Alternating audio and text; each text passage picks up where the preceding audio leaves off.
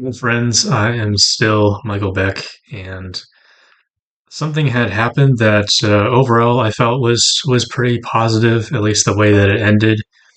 And just wanted to go ahead and I already processed things, but I just wanted to kind of, for prosperity's sake, to go ahead and record a sort of account of it. And I don't have a script prepared, so I guess we'll kind of see how this goes. But I'll try to do my best to sort of stay on topic and remember the details as I go. I feel like ADHD storytelling um, can be tricky when it's prepared, but I'm just gonna wing it. I'm just gonna do it. Um, so to sort of kind of give a background and maybe sort of paint the scene here, I this was maybe back in 2021, 2023. I went to several cities away. It was maybe an hour and some change. Went to a birthday party and was invited by someone that I knew from college and sort of reconnected with, and he invited me. And it was kind of him to invite me. I was kind of torn on whether or not I would go because I'm like, I don't know anyone other than you, and it's like so far away that I'm like, it's like if I connected with anybody there, like, um, it's not like I like lived in that city, so it's not like I would be seeing them often in person or in contact, and so I was like, this feels like it could all be pretty, sort of wasted. But I was like, all right, I guess it's some kind of social practice. So yeah, I mean, I went and definitely tested my social anxiety, and I, but I mean, overall, I feel like it went okay. There seemed to be some decent, chill people there, and after the fact, I did kind of send out some Facebook friend requests just because, again, I was like, ideally, like this social challenge wouldn't have been, like a one-off, completely like wasted thing that I actually like would be able to, develop some, long-standing friendships and connections from my time there. So, by and large, people weren't super like responsive to, to staying connected. And I that's kind of a side tangent that I could go into, but I mean, kind of funny enough, it seems like the what I find sometimes is like women can be much more conversational and um, I would say conversational than like guys can be, um, and are like open to just kind of having a dialogue and not necessarily needing to be present at an event and doing a thing. Like you can, like with a woman, it's much more you can just have a conversation and you don't need to have some sort of like side activity. Like it's enough just to talk. And so, yeah, I mean, it happened that I didn't stay in contact with any of the guys that I had, um, met there just because they just didn't seem, all that interested in, you know, talking and staying connected. There was like three women that I did, um, you know, um, develop some platonic relationships with, and eventually, like most of those kind of just sort of, um, kind of phased out. We like went our separate ways as it goes, and I guess part of this conversation is it's just interesting thing how social media and Facebook, it's like you can, yeah, I don't know. There's not really any like specific ground rules for like how to like use social media. People use it in different ways as it suits them, and it's like part like personal, but it's also like there's like a business, side of it, and so people go into it with different preferences and expectations, and some people are totally fine with, following along with people who they don't really know very well, or maybe they knew really well at one time, but then like they moved away and like you've never seen them again. And, that can be a way to, stay in touch. But I think that for me, oftentimes it just looks like you're not really in touch anymore, and yet you're still kind of like passively following their life.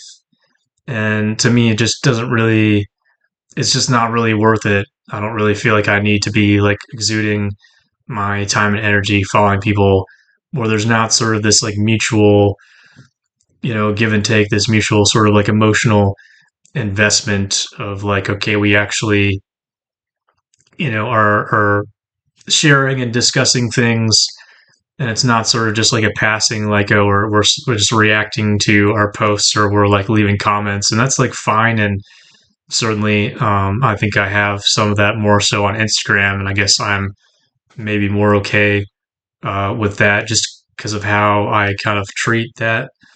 Um, but yeah, I don't know. Like my Facebook is kind of an interesting place at this point, and I kind of do. There are definitely times where I think of just um, deleting it or deactivating it because it's not personal for anymore. I pretty much only just share like photos. And now I'm probably getting off topic, but so I connected with this person, one of these ladies, at this birthday party, and had stayed like, tentatively connected with them. I was following them, um, and like all pretty like platonic. But more recently, I had like commented on something that they shared, and they responded back, and then they like asked me how I was doing, and so I shared a bit about how I have been doing. And those of you know and following along me, that's like some of it's been pretty rough, pretty heavy. I didn't give all of the nitty gritty details, but I definitely shared to me like a rough synopsis of that it's been a great challenge and what's made it a great challenge. And the response that I got from them seemed to be that maybe they're kind of put off guard, confused by what I had shared, the amount that I shared. It felt like they felt like I had overshared with them, and so I was honestly triggered by their response, because I know what it's like to suffer in silence, and you struggle and struggle, and then you maybe finally do share, and kind of the responses are like, why didn't you say anything? And it's like, well, because like apparently it makes people uncomfortable and they don't want me to talk about the stuff that's challenging. So yeah, like it takes courage to share, things, and to have that level of like honesty and vulnerability. And at this point, like to me, it's like pretty important to be honest and vulnerable. If I'm not going around just telling any old person that I meet at the store my life story, but if I feel like there's some sort of level of knowing them and them knowing me, and it seems like they're generally interested in knowing how I'm doing, like it feels insincere to me not to be honest and share, on a vulnerable level. So I was really kind of, as much as they seemed confused, like I was confused, and I was like, yeah, I said I was triggered. I was like hurt. Like it felt like rejection to offer up this honesty and this vulnerability, and for them to seemingly reject it. But fortunately, I was able to, level heads prevailed, and I was able to explain sort of like where I was coming from, and to be like, hey, like it's like it's not a strange or a weird thing for me to like share um with you like what I've or to share with others what I've shared with you, and people like don't seem bothered to have a problem with it. People have been generally very supportive, understanding, and and yeah, and to say that I feel like people seem to generally appreciate the level of, that I keep it real, and like what you see is what you get. I'm not trying to play things off in such a way, where things are better than worse than what they are. And I think that, like I invite other people to keep it real, and I think that they appreciate that. And so while I didn't feel like I wanted or needed to sort of defend myself to them, I think it was important for me for myself to be willing to, say to the person, like, hey, this is who I am, this is what I'm about, and to be like, hey, like I didn't do anything wrong. Like maybe you were, put off or felt a certain way about this, but that doesn't mean that I did anything wrong. Um, and I appreciated their response and clarifying and sharing where they're coming from. And it sounds like for them, they are their preferences and expectations are to do things more in person. That's how they develop a sense of trust, and also it sounds like they work in the mental health field, and it sounds like maybe um, that's created a challenge, and they've been working on putting up some boundaries. So when I shared what I did, they were there was a it was against their preference of I think that was more than they would share or expect, again, in terms of their preference of, I guess you just kind of keep things cordial. Um, but, actually having, I guess, multiple times seeing someone in person and getting to know them in person in order to develop that sense of trust and that feeling of um, emotional um, an investment and reciprocation. So yeah, it was I appreciated them sharing like where they're coming from, and even though again it's different um, from me and not my preference and way of going with things. I mean, yeah, of course, like the ideal is 100% to meet IRL and to see and you know give someone a hug like that. Like that's all the best case scenario. But I can't always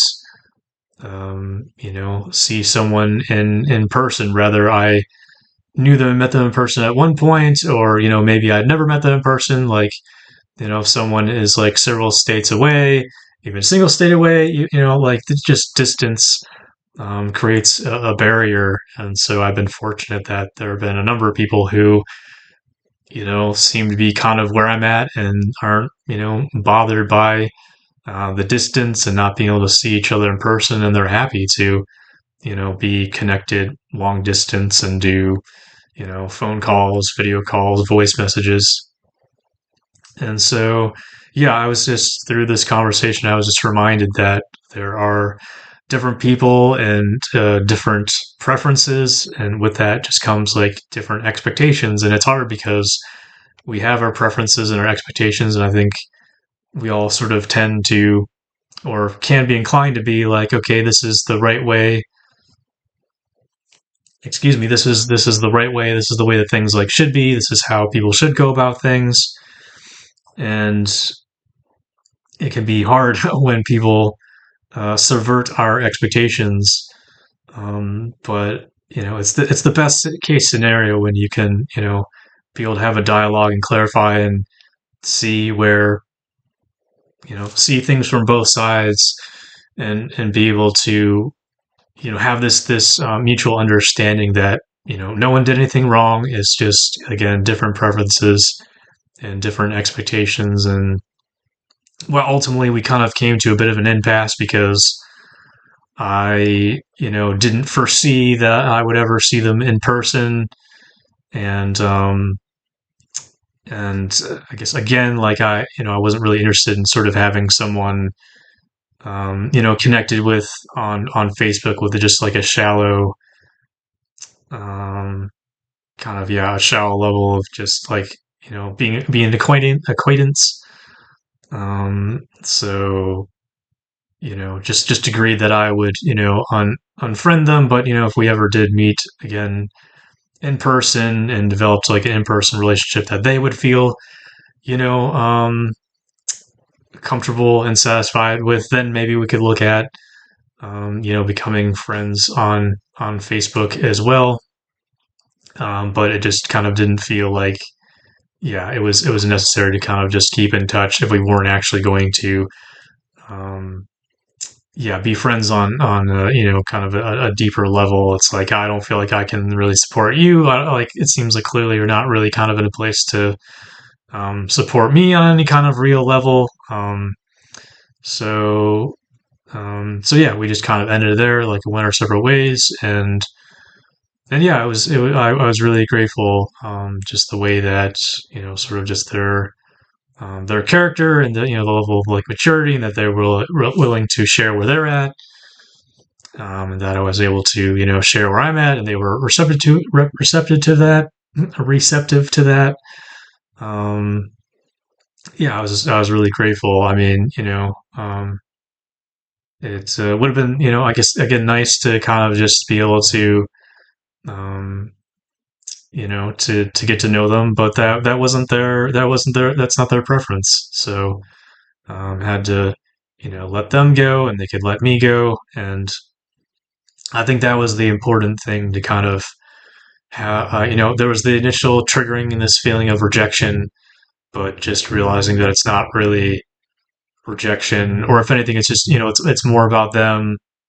Um, Again, I didn't do anything wrong, and I don't have to, not feeling like I have to be everybody's friend or everyone's best friend. I don't have to, you know, this kind of this, being a recovering people pleaser, just this thing of like, oh, like needing everyone to like love me, and like needing to, again, to please them, and to, be meeting their needs, and, feeling like I'm holding some kind of, um, holding, that they would be holding, some, good feelings towards me. But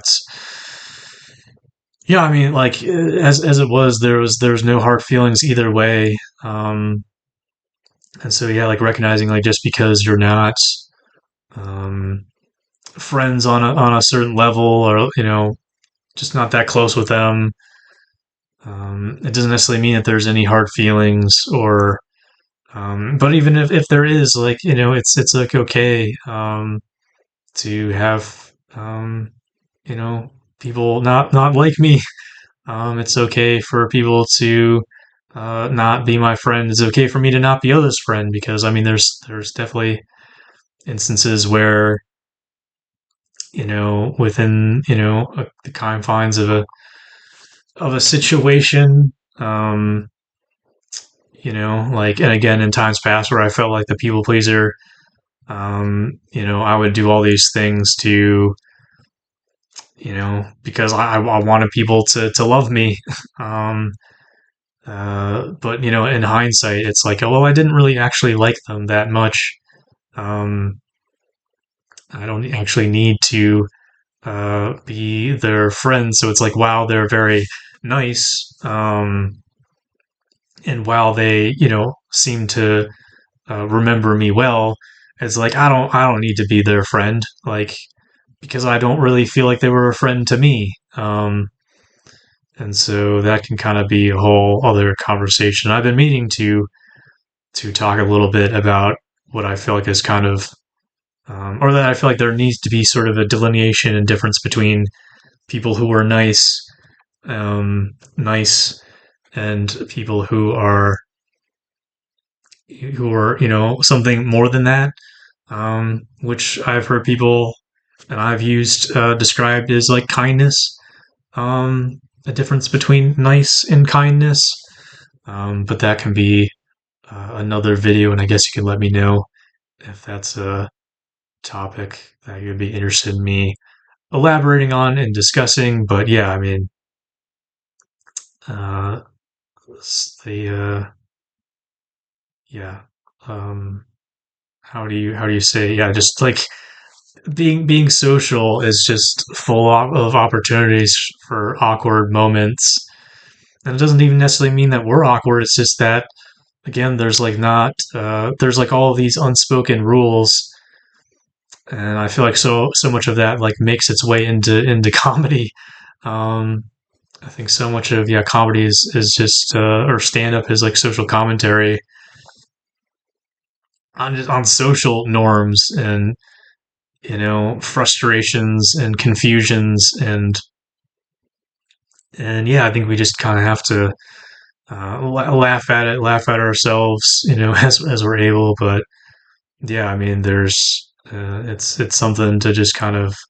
I feel like yeah, I'm learning to kind of have some level of confidence uh, in myself and kind of like where I stand and like what I'm about in terms of my worth and my values, and recognizing that yeah, there are people who genuinely seem to appreciate me for me, and that's who I want to invest in. I don't need to be giving myself and investing people who don't really get me, who aren't on the same page, or again just have different um, preferences and expectations. Like they can have those, and we can agree to disagree, and they can go about their life, and I can go about mine, um, and so yeah, it was. Again, I just want to make a note because yeah, there was the initial like interaction and being triggered and like feeling just really bad. um, and then, but I was being able to process and work through that and being able to continue the conversation with that person, and then ultimately having the some closure, which you don't always get. And yeah, like you're can't always expect it, but it was I appreciated that things went the way that they went. There was this sense of closure. Um, and again, that we both are able to say our piece, and I feel like I learned something, um, and feel like I um, yeah, I felt like I felt proud for how I was able to handle things, in line with my values. Like I could have just like been triggered and instantly um, you know deleted them, and um, but to me that wasn't really that's not the ideal. It's not how I want to go about things. I don't want to just just be ghosting people or taking things personally when when they don't need to be, when it's not personal. um I didn't want them to feel like I didn't want them to, again, this could be a whole other conversation, but I didn't want them to feel bad because I felt bad.